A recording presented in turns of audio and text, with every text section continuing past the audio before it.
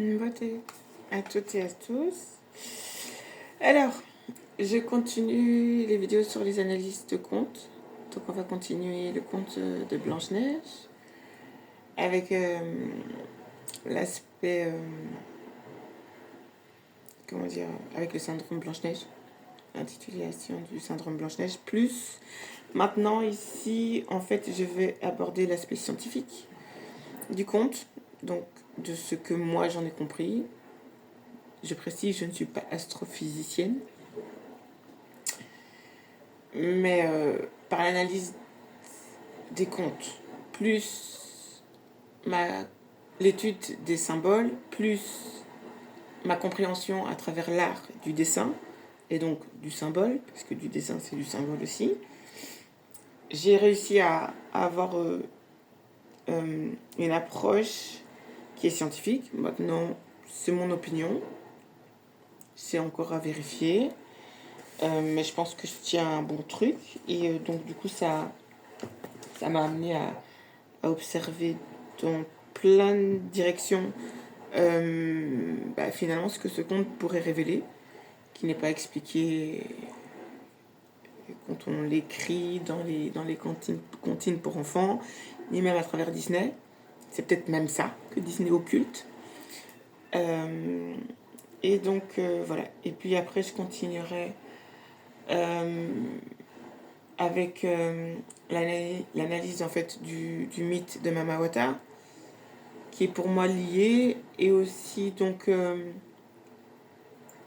du coup je ferai le pont avec le conte d'Anderson de la petite sirène, et ça me permettra avec toutes ces analyses là d'approcher ce que je voulais expliquer dans une vidéo qui est quand même un petit moment sur le lien qu'il y a, en fait, l'approche scientifique du mythe d'Oziré, que finalement que j'approche déjà maintenant, mais ce sera plus complet, et donc du coup plus compréhensible, avec le système cristallin et le réseau de Bravais, parce qu'il y a un autre réseau en plus, et en fait là avec ça je fais là aussi l'approche en chimie de la répartition atomique des atomes, donc dans une structure qui ressemble au système cristallin, donc répartition de l'espace des atomes, donc qui vont donner une énergie différente, une vibration différente, etc. Et le lien donc il y a avec l'espace que je vais aborder maintenant, on fait de l'astrophysique maintenant, et donc qui est lié aux végétaux. Et donc quand on fait du lien de tout ça, il faudra regarder toutes les vidéos, on pourra arriver à ça, et ensuite je pourrais continuer à étudier, parce que faut que j'étudie ça, hein, chou. Et je pense que en fait je me fais des pseudo révisions pour vraiment me remettre tout ça à jour, et pour vraiment après aborder donc parce que c'est lié, hein, je vais expliquer ça, et en fait pour vraiment comprendre ça d'un point de vue mathématique, et donc du coup avoir l'approche donc de l'étude des plasmas, mais sur le plan mathématique, avec tous les calculs, les équations, etc. Et je pense qu'il faut vraiment avoir ça en plus, donc tout l'aspect spirituel et métaphysique de la chose pour pouvoir vraiment avoir une compréhension. Maintenant, je pense que, j'ai posté, il y a une vidéo d'un conférencier qui parle de ça, et donc aussi après donc l'étude des plasmas, et aussi l'approche concernant tout ce qui va être météorite. Et donc du coup forcément c'est lié à l'astrophysique, parce qu'il y a un mécanisme de création au niveau de l'univers, des galaxies, et donc du coup de la Terre, et de ses systèmes, de ses différents systèmes. Et c'est ça en fait que je suis en train d'étaler, que je suis en train de détailler. Et donc voilà, ça c'est le planning. Je fais pas des vidéos régulières parce que justement c'est ce que j'ai abordé là dans la dernière vidéo, c'est que en fait la régularité apporte une sécurité. Alors dans certains cas c'est super bien, mais ici là pour tout ce qui est réseaux sociaux et tout ça, c'est pas la vraie vie, donc il y a pas à avoir ça, parce qu'en fait c'est une façon de créer une espèce de, comment ça s'appelle, de fidélité des personnes qui vous suivent. Et donc c'est une façon de donner de la force. J'ai pas besoin que vous me donnez de la force, j'ai besoin que vous ayez les informations pour que vous créez vos propres forces. Et en créant vos propres forces, chacun là, on peut être extrêmement fort. Et du coup, les gens qui passent leur temps à bouffer la force des autres, à bouffer l'énergie des autres, mais ils n'en auront plus. Donc en fait, vous émanciper me permet de me protéger. Donc pour ça, vous soyez informés. Parce que dans les 2 dernières vidéos, je disais, je la poste sur YouTube ou je la poste dans des réseaux privés. Je me dis, mais en fait, non, il faut la poster sur des réseaux publics parce que même si ce sont des plateformes qui appartiennent, qui n'appartiennent pas à la communauté à laquelle j'appartiens, je me dis, ce sont des choses que l'élite occidentale possède et la plupart des gens ne connaissent pas ça. La plupart des gens ne sont pas informés de ça. Alors il y a des gens dans la communauté africaine qui sont informés, qui vont créer une espèce d'élite, mais du coup ils finissent par faire le même bordel que dans les autres communautés, donc c'est pas super intéressant et c'est pas très sécurisant non plus parce que une fois que tu commences à avoir trop de force, ben, finalement tu finis par avoir le melon. Et du coup là ça devient dangereux pour ma sécurité. Donc pour que tout le monde soit en sécurité, il faut donner la possibilité à tout le monde d'avoir cette force. Et si tout le monde a cette force et ces connaissances, mais en fait ceux qui abusent de ça, ben non plus. Donc voilà, je sais pas si vous voyez la logique. Donc c'est pour ça que je m'en fous. Privé, public, je m'en fous. Donc voilà, je commence ma séance d'ouverture avec une phrase de Nikola Tesla qui dit, pour aborder un peu mon thème, si vous voulez trouver les secrets de l'univers, pensez en termes d'énergie, fréquence et vibration. C'est parti. Ok. Donc, dans cette vidéo ici, donc on va parler d'astrophysique. Je fais quand même ma petite parenthèse, j'aurais peut-être pu la faire. Non, ça fait partie ça fait partie du tout aussi. C'est justement ça aussi, montrer que tout est lié. Je voulais remercier beaucoup l'artiste qui fait la chanson. J'ai pas le titre ici. Excusez-moi, j'ai pas envie d'écorcher. Je vais éviter. C'est le bruit des vagues, c'est apaisant, ça fait plaisir.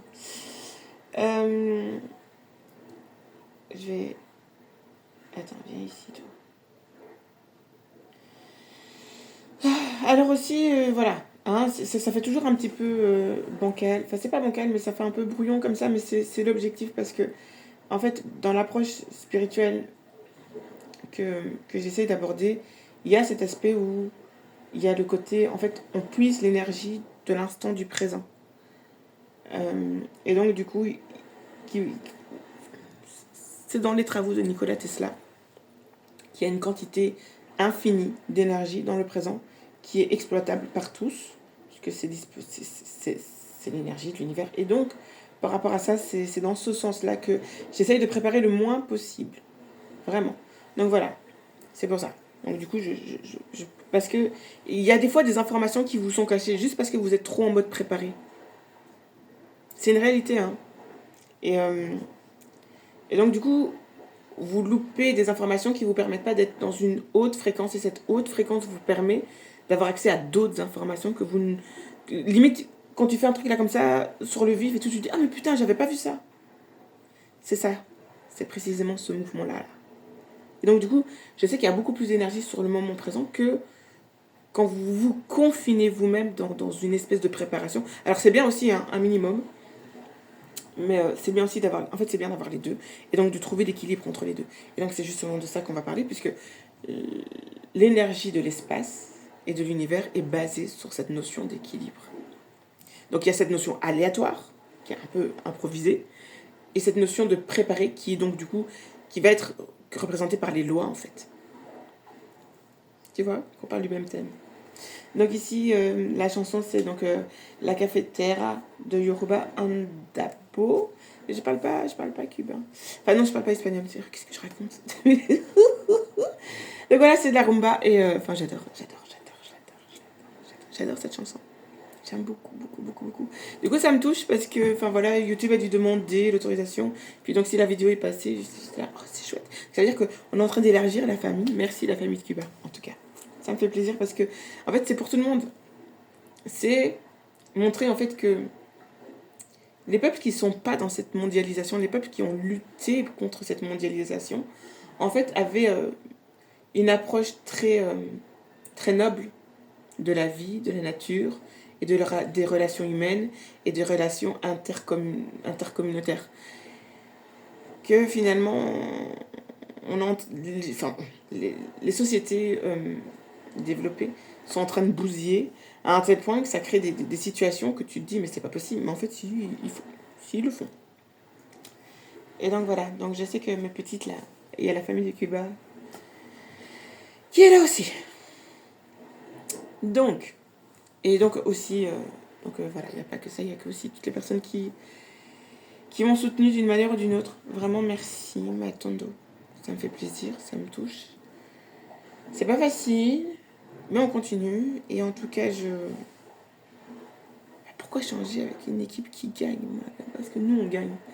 Et je voulais faire le petit crochet donc aussi avec Cuba par rapport donc là, c'est à mi-chemin entre ma vie privée et l'information, dans le sens où ça me faisait penser donc à la chanson de Hasta Siempre pour le Che. Et ça m'a... Ce qui me touche, c'est que j'ai rencontré un petit, quand j'étais en primaire, il y avait un garçon qui m'aimait bien, entre guillemets. On va mettre ça entre guillemets. Et du coup, il me chantait cette chanson-là, Hasta Siempre. Et donc, du coup, en fait, le petit, il connaissait la chanson par cœur parce qu'en fait, ils étaient espagnols.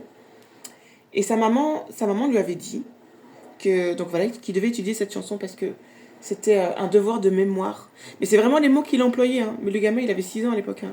Moi, j'en avais 10. Il avait employé ces termes-là. Un devoir de mémoire. Mais tu sais, moi, à 10 ans, je comprends pas ce qu'il dit. Mais aujourd'hui, en tant que femme adulte, en tant que femme Congo, je me dis, mais waouh, mais quelle super maman. Dis donc. Mais quelle super maman. Ah, il en faut plus des mamans comme ça, hein. Vraiment. Parce qu'elle a employé les bons termes. C'est une façon de protéger l'innocence de son enfant. Parce que les enfants, voilà. Même si je pars du principe qu'il faut pas cacher la vérité aux enfants, mais il faut quand même les protéger quand même de toute cette violence. Parce que même si moi, ici, en tant que femme adulte, depuis 30 ans, je suis traumatisée des fois des trucs que j'apprends et que j'étudie, je me dis, un enfant, forcément, ça passera pas. Mais donc, du coup, elle a trouvé une façon très ludique et très pédagogique, finalement, d'aborder le sujet. Et, ouais, je trouve que c'est super. Il en faudrait beaucoup plus des mamans comme ça. Voilà. Des exemples à suivre. Des exemples de mamans à suivre. Alors, parce que, du coup, petite transition pour vraiment rentrer dans le sujet, avant de parler de la table des matières, c'est donc parce que je voulais parler de cette différence entre Seth et Sekhmet, parce que ça fait partie finalement de je vais en reparler de toute façon en parlant d'astrophysique. On parle de Seth et de Sekhmet parce que ils ont une énergie extrêmement différente qui n'a pas j'entends beaucoup de trucs. Maintenant, je donne mon avis, tout simplement. C'est tout. Par rapport à ce que moi j'ai observé. Voilà, c'est pas vraiment d'une observation. Et des trucs que j'étudie en ce moment. Donc, voilà, parce on dit souvent qu'il y a une similitude entre les deux. Même je pense qu'au niveau de l'orthographe, au niveau des médunétaires. Mais l'énergie est vraiment très distincte. Dans le sens où Sekhmet, en fait, a l'approche guerrière. Donc, c'est l'approche guerrière de la déesse Hathor. Mais en fait, elle a cette différence qu'elle ne crée pas cette énergie destructrice. Elle utilise l'énergie destructrice du mal et qu'elle va retourner contre l'énergie du mal. Cette est l'énergie où sa seule capacité créatrice est de créer l'énergie du mal, qui va réussir à introduire et à perdurer dans le monde matériel, parce que c'est le seul domaine où il peut exister, c'est le monde matériel. Il ne fait pas partie de la création. Et j'ai ce livre ici, où, enfin là, c'est une dinguerie. J'ai trouvé ce livre-là dans des bibliothèques éphémères, là, que les gens mettent à disposition. Tu peux prendre les livres qui t'intéressent et tout. Donc, alors, le livre... Ça s'appelle The Planet. Je vous montre le titre. Comme ça, en même temps, il y a l'édition qui est dessus et tout. C'est un super beau livre. J'aime beaucoup aussi. Il est comme l'autre, en fait. Et donc, à la page 139, il y a ceci, donc, en fait, où il représente le soleil à travers la représentation que les Égyptiens... Et j'ai vu sur Google, il y a plein de représentations comme ça. Et là, en fait, on voit toutes les divinités en vert. Je dis, oh, c'est comique, pourquoi on voit les divinités en vert? Eh ben, il y a une explication. Je vais la donner dans cette vidéo. Et dans la vidéo, quand je parlerai d'Osiré, t'as vu? Donc voilà. Alors, comme vous pouvez le constater, donc ici, vous avez un prêtre, ici, je pense. C'est un prêtre, ici, qui fait des offrandes. Donc, qui fait des... qui fait des offrandes donc, aux divinités premières. Et donc ici, vous avez Osiré, vous avez Isis, vous avez Nephthys et vous avez Hérou. Et puis ici au-dessus, donc dans le plan donc, qui évolue vers le haut, donc vers la haute fréquence, donc la fréquence créatrice, vous avez une barque.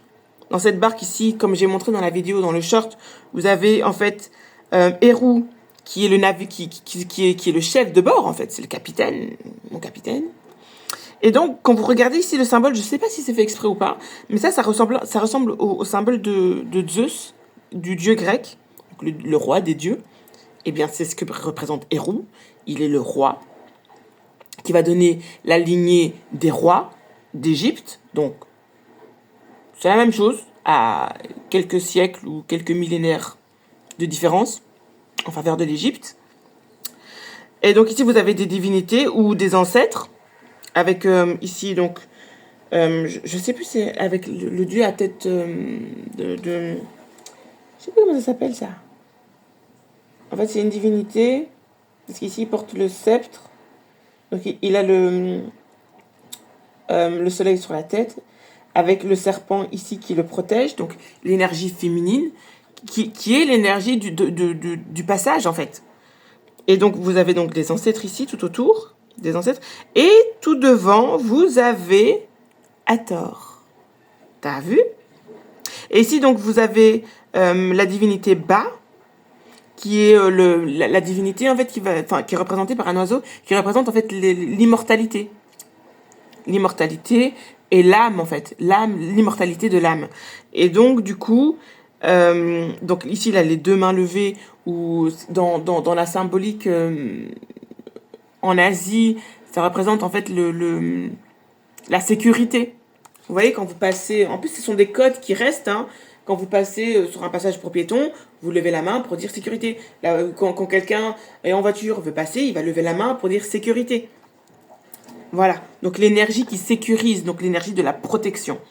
Et donc, du coup, vous avez le couple Hérou et Hathor, donc la déesse avec le disque solaire avec, entre ses cornes. Et puis, ici, au-dessus, donc vous avez la couronne de la... Je sais plus si c'est la... Oh, à chaque fois c'est dingue. Je crois que c'est la couronne de la Haute-Égypte. Je ne vais pas me tromper cette fois-ci. Oh, mes bébés, vous êtes jolis. Vous êtes chou. Et donc ici, vous avez le disque solaire avec les ailes qui va représenter, ici vers le bas, qui va représenter en fait l'incarnation dans la matière. Et donc ici, vous avez Anubis, donc le gardien des âmes des vivants, qui ici, donc il y a des hiéroglyphes, il faudra les déchiffrer, mais cette fois-ci avec le livre, c'est chaud, hein. J'essaye, je commence, donc je vous avoue que je ne vais pas commencer maintenant, ici, là, en faisant des vidéos, sinon je vais m'en mêler les pinceaux, ça ne va pas le faire. Donc, et en fait, ça représente l'énergie aussi électromagnétique, parce que ça représente la rose des vents. T'as vu? Quand vous avez les ailes qui sont vers le bas, les ailes qui sont ici, alors, ça s'appelle l'horizon. Ouais, à l'horizon. Et puis les ailes qui montent vers le dessus, ça représente en fait l'énergie électromagnétique. Et il y a une explication astrophysique là-dessus. Et c'est justement ce que je vais essayer d'aborder, parce que je vous avoue que c'est pas facile. Alors, il y aura probablement des erreurs. Mais c'est pas facile. Donc, je vais essayer. Ça s'appelle comment la haute. Je crois que c'est la couronne. Donc, ici, vous avez les deux serpents de toute façon. Qui regardent dans les deux directions différentes. Et donc, qui représentent aussi l'énergie féminine. Je crois que c'est Luja. Je suis pas sûre. Haute Égypte. Donc voilà, donc quoi qu'il en soit, c'est l'énergie féminine. Et je pense que ça, c'est un truc que j'avais déjà vu.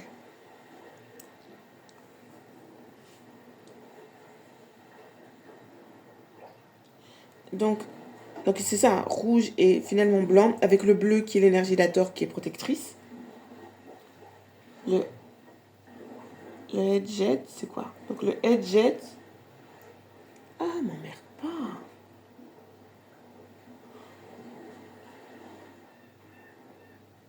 Donc la blanche, la brillante et la couronne blanche originaire de la Haute-Égypte. Ok, merci, j'ai retenu. Haute-Égypte. Donc c'est la couronne de la Haute-Égypte. Et donc du coup, et là, ça devient sup et maman. Parce que je me suis posé la question, je me suis dit, dis pas de conneries quand tu vas faire ta vidéo, parce que j'arrivais pas, je me dis peut-être que je vais me tromper, mais quitte à me tromper, à revenir dessus après, c'est pas grave. Et Osiris porte la couronne de la Haute-Égypte. Ok? Il porte la couronne de la Haute-Égypte. Et ce qui est comique ici, c'est que, en fait, il porte la couronne de la Haute-Égypte, et son fils ici porte la couronne de la Basse-Égypte. Et ici, par contre, Hérou ne porte aucune couronne. Donc en fait, il va dire, c'est comme si lui, il était celui qui permettait de naviguer sur la barque céleste, parce que là, ça représente le soleil. Donc en fait, je crois que ça représente en fait la jeunesse d'un soleil. Donc comment un soleil se crée. Et c'est ça que je vais aborder, c'est de ça que je vais expliquer, je vais le détailler. Alors qu'est-ce que ça a à voir avec Blanche-Neige? Tu vas voir. Ah, j'ai pas repris le compte. Bon, c'est pas grave, on va faire en mode freestyle. Si jamais je me trompe, c'est pas grave. Et donc ici, vous avez aussi la stèle qui est en forme d'arc. Et en fait, vous avez ici des stries. Et ces stries, en fait, représentent quelque chose aussi. En fait, ça représente l'énergie du mouvement. Mais c'est comme si vous voyez la chose en 2D. Je sais pas, j'arrive pas à mettre des mots dessus, c'est chaud. On va essayer de faire ça en mode freestyle, ça va être peut-être plus simple. Parce qu'ici, vous avez, il a le chasse-mouche. Il a les chasse-mouches. Et en fait, ici, ça représente l'énergie féminine. Parce que vous avez donc le thé. Donc, en fait, vous avez que des symboles féminins. Vous avez que des midounétaires qui représentent l'énergie féminine. Donc, en fait, elle représente la voix céleste de l'élévation, qui est l'énergie solaire. L'énergie féminine. Désolée, les gars. Non, mais je sais, je parle pas à tout le monde comme ça. Mais il y en a, ils ont du mal avec ça. Hein. Vraiment du mal. Donc je suis dans le sujet, mais je voulais quand même avoir cette petite approche pour commencer. Et donc, du coup, c'est ça, la différence qui est entre... Parce que, je sais pas si vous avez vu 7 quelque part? 7 n'est pas. Non, parce qu'il y a le chasse-mouche en plus. Et donc, je parlais du livre du soleil. Et puis, par rapport à 7... Non, ici là, parce que je me suis fait un canevas quand même un petit peu. Moi, je m'emballe vite, je suis chaud. Donc, en fait, j'ai donné l'exemple parce que j'ai vu aussi, donc, dans ce livre-là, du coup, j'ai pas noté la page, que je trouve super intéressant. En fait, depuis que je suis petite, j'adore tout ce qui est... Merde, j'ai pas noté la page.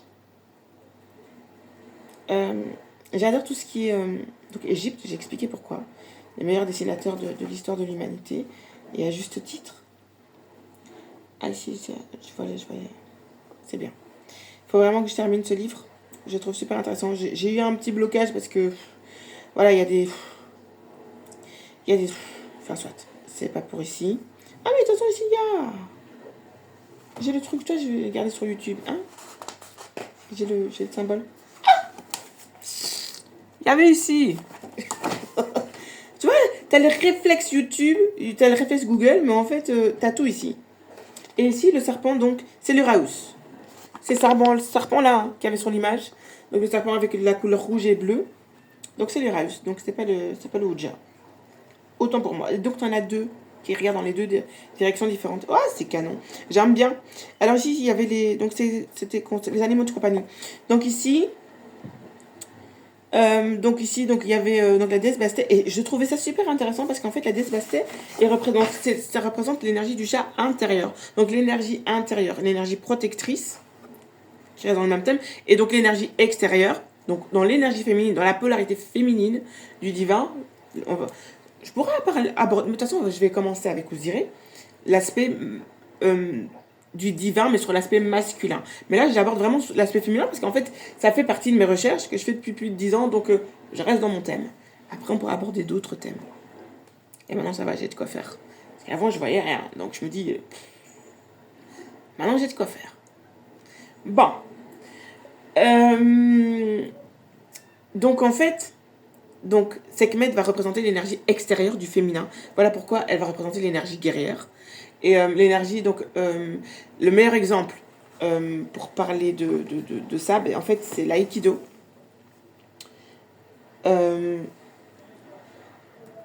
L'aïkido, pour moi, est un excellent exemple. Donc, c'est japonais. C'est très simple. Le pays de Sekhmet. Merci. Je savais que c'était... J'étais pas sûre si c'était chinois ou japonais. C'est l'aïkido.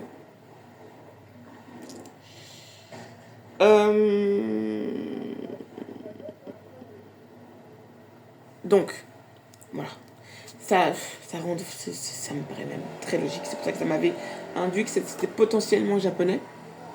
Parce que le principe de l'aïkido, c'est vraiment ça. C'est utiliser l'énergie de ton agresseur contre lui. Et donc, du coup, je voudrais vraiment... Parce qu'il y a des petits malins. Il y a vraiment des petits malins. Je les vois déjà essayer de retourner la situation. Mais dis-toi que si c'est ça que tu fais, toi, t'es 7. D'accord ? C'est tout.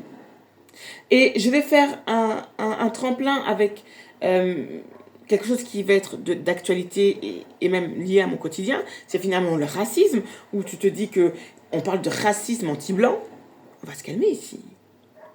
C'est pas parce que je réponds à ton agression raciale que je suis raciste anti-blanc.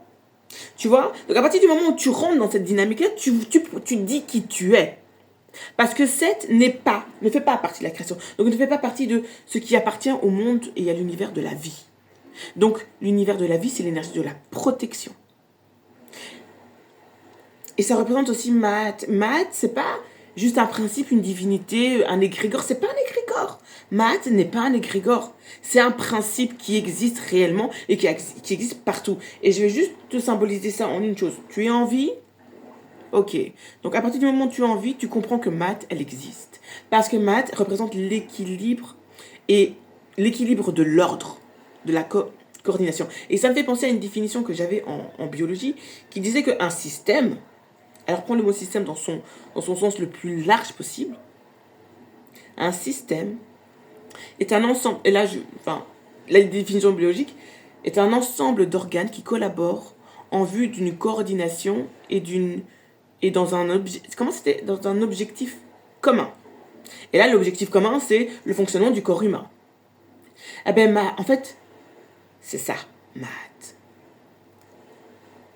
Sauf que, étant donné que c'est un principe, elle est absolument partout. Et c'est ce qui explique aussi les lois de l'univers. Tu comprends ? J'ai un poème là-dessus. Je sais pas si je l'ai déjà utilisé. Je crois que je l'ai déjà utilisé. Je l'ai déjà utilisé. Telle une chef d'orchestre, tu vibres la vibration. Fais vibrer la création. C'est exactement ça. Je sais pas par quoi j'étais inspirée ce jour-là, mais c'est une dinguerie. C'était canon. Ah oui, c'est quand j'ai commencé à lire les... Enfin, ça c'est pour une autre vidéo, mais c'est exactement ça. Merci, fétiche. Donc voilà, donc elle va représenter le chien intérieur, Bastet. Et en fait, Bastet, sa représentation, c'est celle-là. Et en fait, c'est aussi... Donc elle, j'ai déjà vu il y a quelques temps. En fait, elle est l'ancêtre de Sekhmet aussi. C'est la représentation de Sekhmet. Donc comme si elle représentait le chien intérieur et le chien extérieur. Et ça, finalement, c'est ce que j'expliquais comme... on peut l'aborder, on peut le voir, l'observer sur le plan géopolitique où finalement, tout ce qui va être lié à l'éducation des enfants, à la gestion d'un foyer, c'est de la géopolitique aussi. Puisque tu vas devoir aller faire des courses, tu vas devoir interagir avec des gens, tu vas devoir éduquer, être connecté à différentes sources qui vont constituer ton foyer.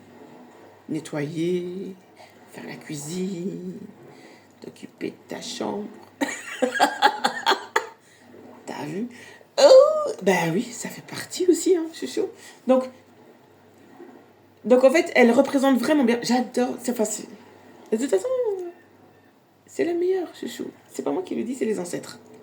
C'est la meilleure, en fait, c'est la plus fidèle représentation du divin. Et donc, du coup, c'est pour ça qu'elle est représentée par une femme. Tout simplement. Mais comme la stèle le présente, elle ne peut pas être toute seule.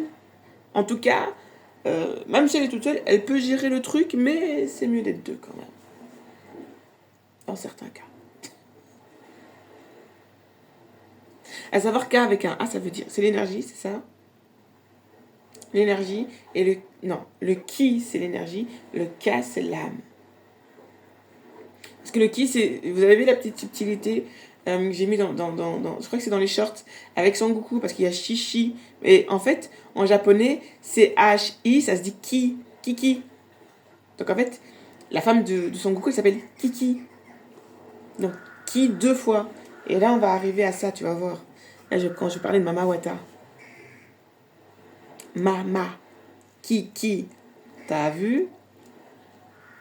C'est la même famille, chouchou. One Crow. Donc, j'ai donné l'exemple de l'aïkido. Je vais pas terminer avec mon exemple ici. Donc, en fait, ici, c'était... Là, les ancêtres l'ont représenté sur une stèle comme étant... mais moi, je suis désolée, hein. Ça, c'est un lynx. C'est un lynx.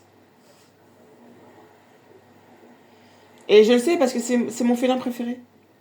Depuis que je suis petite. Moi, ma divinité, elle m'a dit, étudie tout ce qui vient des chats. Tout ce qui vient du chat, donc du félin, sa globalité. C'est pour ça que j'aime pas dire ma divinité... Enfin, je dis ma divinité féline pour être globale. Parce que si je dis ma divinité chat, mais c'est comme si, entre guillemets, dans le discours, j'excluais tout ce qui va être grand félin. Alors que c'est une totalité. C'est autant les petits que les grands. Et donc, du coup, voilà. Donc, je préfère dire la divinité féline. C'est plus global. Et donc, elle me dit, petite fille, qu'il faut que j'étudie tout. Et c'est comique parce qu'à ce moment-là, donc déjà, je commence à dessiner, mais en mode sévère. Et mes parents de petits, ils avaient une grosse bibliothèque. J'adorais les bibliothèques. C'est qui la divinité des bibliothèques? T'as vu? Donc, j'étudiais, et donc ils avaient une encyclopédie des chats. Et l'encyclopédie des chats, ça répertoriait tous les chats. Pas les grands félins, mais tous les autres. Et il y en avait un paquet. Hein. Et ben de tous les chats qu'il y avait, il y en avait des centaines. C'est le lynx caracal que j'ai choisi. Où je me suis dit cette phrase dans ma tête, qui comme un mantra en fait. C'est à travers les yeux du félin que je sais que Dieu existe. Cette phrase, c'est pour ça que je crois en Dieu. Tiens, à des fois, je discute avec des Africains qui sont musulmans ou qui sont chrétiens qui me disent ouais, mais toi, t'es pas croyante. Moi, je crois en Dieu, chouchou.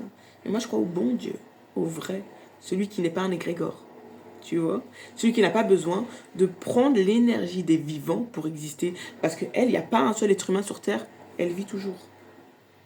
Enfin, elle vit, puisqu'elle est éternelle. Elle représente l'énergie de l'éternité, de l'immortalité. Il n'y a même plus de vie sur Terre. Il n'y a plus de végétaux, il n'y a plus rien. Elle existe toujours. Il n'y a plus de minerais, il n'y a plus rien. Elle existe toujours parce que c'est elle qui constitue l'univers. La religion, vous retirez les êtres humains, ils n'existent plus. Les égrégores sont plus nourris, c'est mort. C'est la grosse différence. Et je préfère mon camp. J'adore. Voilà. Et aussi, dans cette bibliothèque, j'adorais étudier l'encyclopédie de médecine. Alors, de A jusqu'à Z, j'ai lu, j'ai feuilleté toutes les encyclopédies. Et c'est ma divinité qui me disait ça, qu'il faut étudier tout ce qui vient du chat. Elle est la divinité qui apporte la connaissance aux hommes. Donc finalement, moi, petite fille, là où, à ce moment-là, je rejette la religion. Hein. Ah non, tu dégages. Donc en plus de ça, en plus, on est en plein de périodes de communion, etc. Et je questionnais mes camarades de classe qui faisaient leur communion et tout. Et je leur disais, et quoi, tu crois en Jésus? J'étais déjà en mode enquêtrice, chouchou. Et je leur demandais s'ils croyaient en la communion, qu'est-ce qu'ils devaient faire, comment ça se passait, tout, parce que j'y étais pas, donc forcément, ça me rendait... J'avais cette curiosité, j'ai une bonne curiosité, chouchou. Et en fait, à l'unanimité, les gens, les petits là, ils veulent faire les communions pour avoir les pépettes. C'est l'unique motivation. Oh, je sais que je vais avoir de l'argent. Je vais avoir de l'argent de mon parrain. Je vais avoir de l'argent de mes parents. Je vais avoir l'argent de mes grands-parents. C'est juste ça. Alors pour ça, ils font tout ce qu'on leur demande. Ils prennent la pastille. On leur jette de l'eau dessus. Qu'est-ce que ça veut dire? Voilà. Donc moi, petite fille, je comprends déjà ça. Donc je me dis, il y a un souci. Eux, ils sont pas croyants. On n'est pas dans le même game, chaton, mais vraiment à l'unanimité. C'est pour ça que j'adorais ma prof de morale. Parce qu'avec elle, on apprenait des trucs. J'ai appris l'histoire féodale d'Europe. On apprenait des chansons. On décortiquait des chansons. Voilà. Quand tu étais en cours de religion, t'allais jouer les enfants de chœur. Vraiment, hein, je crois que je l'ai fait 2 fois. Dans les églises, en train de chanter. Je préfère mes karaokés mochi mochi. C'est beaucoup plus sympa. Et donc aussi, par rapport à au petit shirt que j'avais mis, donc j'ai expliqué, hein, j'ai détaillé un peu. Enfin, j'ai pas, là, je suis en train de détailler, mais j'ai juste mis les trucs pour que chacun puisse se faire son propre avis, parce que l'objectif, comme je l'ai expliqué au début, c'est que les gens développent leur esprit critique, parce que plus tu as développé ton esprit critique, moins tu es manipulable, plus mon ennemi a moins de force pour m'attaquer. Donc du coup, c'est du bon pour moi, c'est du bon pour toi aussi.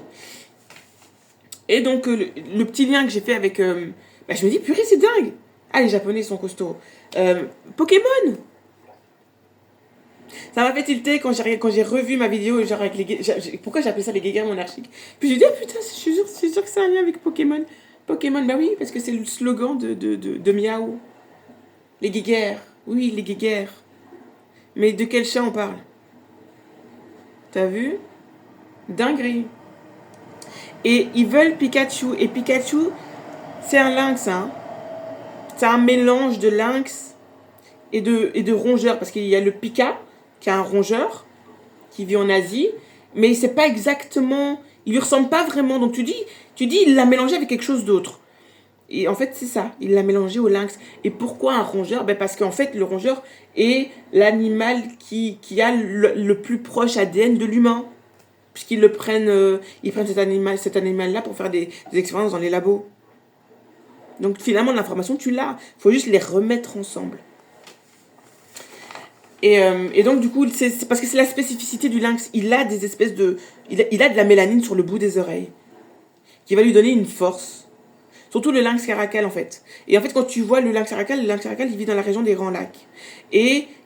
en fait, le félin a accompagné l'homme dans toute sa migration. Et donc, du coup, quand l'homme est monté vers les régions qu'on appelle Égypte, le lynx c'est acclimaté déjà, parce que la région des Grands Lacs, quand vous arrivez du côté de la Namibie et de l'Angola, il fait super chaud. Donc forcément, il va pas voir beaucoup de pelage. Mais par contre, il va avoir énormément de mélanine au niveau des yeux et au niveau des bouts des oreilles, qui va lui permettre de faire des hauts. Le chat, il fait des bons 3 mètres.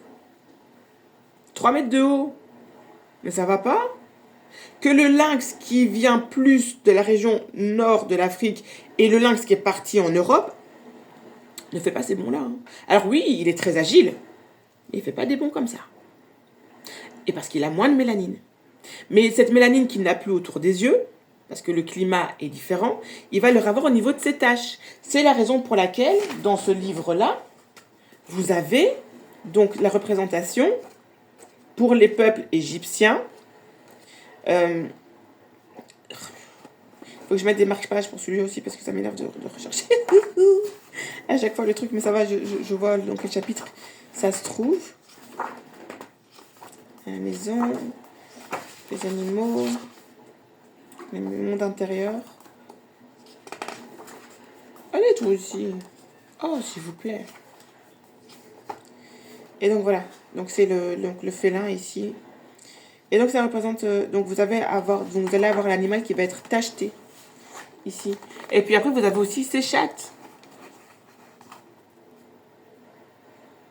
qui va avoir aussi une robe qui va représenter ceci. Parce que une bibliothèque, ça se trouve à l'intérieur. Donc il y aurait peut-être même un lien entre... En fait, le lien entre en fait, le félin dans sa globalité. Puisque, du coup, il faudrait quand même que je vérifie si c'est d'abord le grand félin qui est arrivé avant ou le petit félin. Ça, par contre, je sais pas, faudrait vérifier. Donc, je suis qu'au début, hein, je suis chaud. On est qu'au début, c'est dingue. Et donc, un autre exemple. Avant d'arriver à la table des matières, je suis déjà à 40 minutes. C'est une dinguerie. Donc, avant d'arriver à la table des matières, je voulais terminer cette petite précision. Donc, un autre exemple pour illustrer ce propos de la différence entre Sekhmet et Seth, c'est au niveau de la résistance électrique. La résistance électrique est un excellent exemple de la représentation d'Hathor. Hathor, son Médounéter, c'est représenté comme un carré avec je vais dire un poussin. Ouais, c'est à peu près ça, une espèce de poussin, un poussin de faucon à l'intérieur. Il dit Hathor. Et donc, en fait, elle représente le circuit fermé où l'énergie peut circuler. L'énergie qui circule, c'est l'énergie électrique. Quand tu observes les lois en électricité, c'est ça. Hein. C'est le mouvement des électrons dans un circuit fermé. Et donc, du coup, il va y avoir une espèce de résistance. Et là, il faut que je revoie mon cours. C'est ça le freestyle, là, parce que du coup, ça m'échappe. Oui, c'est les bornes, en fait. Les bornes qui vont... Il faut que je revoie. Vous allez voir. Revoyez aussi. Je dirais revoir, mais revoyez aussi. Donc, ce sont ces principes-là. Et donc, l'énergie de la résistance... Mais c'est ça. Il faut qu'il y ait une résistance pour que le courant passe, donc pour que l'information passe aussi. Il y avait un lien. Je vais reprendre parce que c'est un travail que j'ai déjà fait par rapport au... En fait, j'avais fait une comparaison entre le mouvement panafricain et les lois de l'électricité, qui sont exactement les mêmes. J'ai développé, mais vu que là, je suis dans l'astrophysique, même si c'est lié aussi, hein, mais c'était pas vraiment ça, je vais m'égarer. Et un autre exemple aussi, donc là, si j'ai sorti mes 3 exemples, j'ai fini. Donc c'est le clip d'Alia, c'est pour ça que je voulais en faire le décryptage, parce que, elle est costaud, cette petite, j'adore. Je la trouve costaud, c'est dingue. Donc la chanson, en fait, quand elle dit qu'elle est plus qu'une femme, en fait, c'est ça.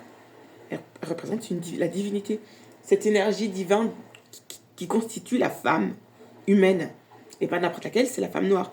Et là, je vais l'expliquer pourquoi. Et aussi, quand vous regardez au tout début du clip, donc on voit, donc elle est sur sa moto et tout, et après on voit qu'on rentre à l'intérieur du mécanisme de la moto, et à l'intérieur du mécanisme de la moto, on la voit elle, et on voit qu'il y a tout un univers en fait, parce qu'on voit des gens qui ont des couleurs différentes, on voit des gens qui ont des styles différents, et on voit le mécanisme des machines, et tout à l'arrière-plan, vous voyez 2X avec un cercle au milieu. Le symbolisme, c'est super important. Elle représente l'énergie mécanique, technologique. C'est pour ça que les hommes adorent chipoter à leur voiture et à leur moto. Enfin, je dis pas ça dans le sens péjoratif, hein, mais c'est un instinct. En fait, tout ce qui va être mécanisme technologique et technique a cette même subtilité que le corps féminin et que la psychologie d'une femme. Voilà pourquoi les hommes aiment bien. T'en as même certains, ils préfèrent limite même leur moto à leur femme, leur voiture à leur femme. C'est des mouvements sociaux qui existent. Hein. C'est pour ça. Il y a un vrai lien avec ça. Et au moins, la voiture, la moto, elle parle pas. T'as vu?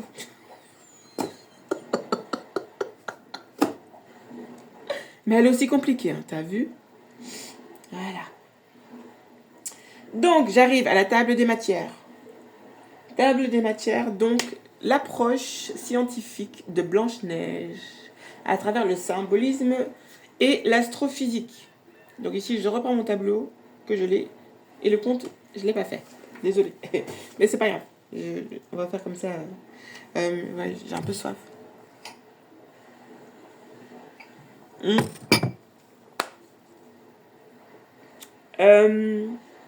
J'ai abordé tout ici. Donc le point A, ma photo de tableau. Je reviens dessus. Alors, parce que ça par contre j'avais préparé. Ok. Je Je vous montre un peu. Voilà, j'ai mon petit tableau. Putain, c'est épuisant quand même. Hein. Et si, là, je vais déjà faire... je vais faire une pause. J'en ferai l'autre vidéo après.